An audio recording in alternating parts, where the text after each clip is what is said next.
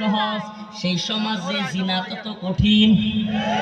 যেই সমাজে বিয়ে যত কঠিন, ওই সমাজে জিনা তত সহজ। মিলায় দেখবেন, মিলায় দেখবেন। যেই বাড়ির পোলাপান অল্প বয়সে বিয়ে করে, দেখবেন ওই বাড়ির পোলাপান ভালো আছে। জিনা বিচার পালায় যাওয়ার দরকার নাই, হোটেল রেস্টুরেন্ট এনে যাওয়ার দরকার নাই। সুবহানাল্লাহ, ঘরে বউ আছে মাশাআল্লাহ। যদি সামর্থ্য থাকে, অবস্থান থাকে, একটা জায়গায় দুইটা করে দিবেন। আজকে আমার মা বোনেরা কিন্তু খেপারাক করে নেবে। প্রিয় মা ও বোনেরা, আপনাদের কষ্টের জন্য বলছি না, কথাটা এই জন্য বললাম, ইনসাফ, হক, আমানত রক্ষা করতে হবে।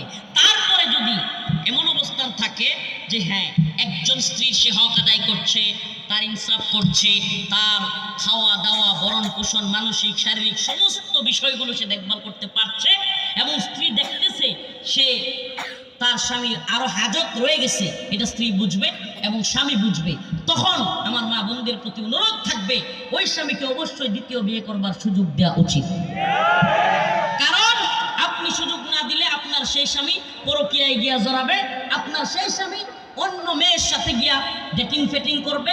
বিয়ে করাইলেন না, কিন্তু ঠিকই পরকীয়া কইরা জিনা ব্যভিচারে শরীক হবে। কথা বল না?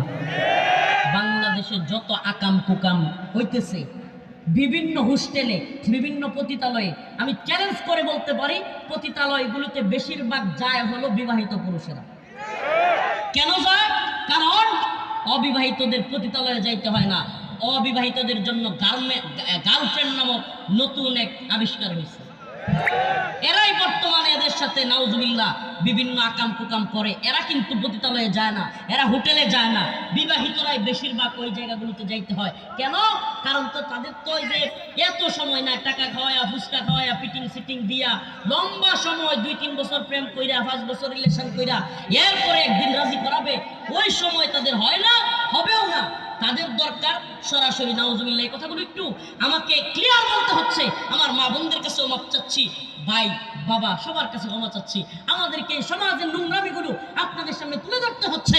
আমরা দেখছি আজকে পরকীয়ার বিষে বিষাক্ত হয়ে অনেক পরিবার ধ্বংস হয়ে যাচ্ছে, স্বামী স্ত্রীর মধ্যে বিবাহ বিচ্ছেদ হয়ে যাচ্ছে, অনেক পরিবার সন্তান রাইখাও আজকে জঘন্য পরিস্থিতির দিকে চলে যাচ্ছে।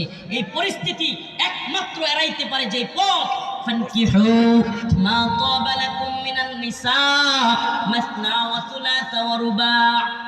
আল্লাহ বলেছেন, আল্লাহর কথা, আমার কথা না রে বাবা, আল্লাহর কথা। ফানকিহু, তোমরা বিয়ে করো। কি করো?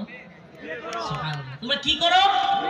বাবা চাচাদেরকে বলি, মা চাচিদেরকে বলি, আমার যুবক ভাইদেরকে, যুবতী বোনদেরকে দ্রুত বিয়ের ব্যবস্থা করে দেন।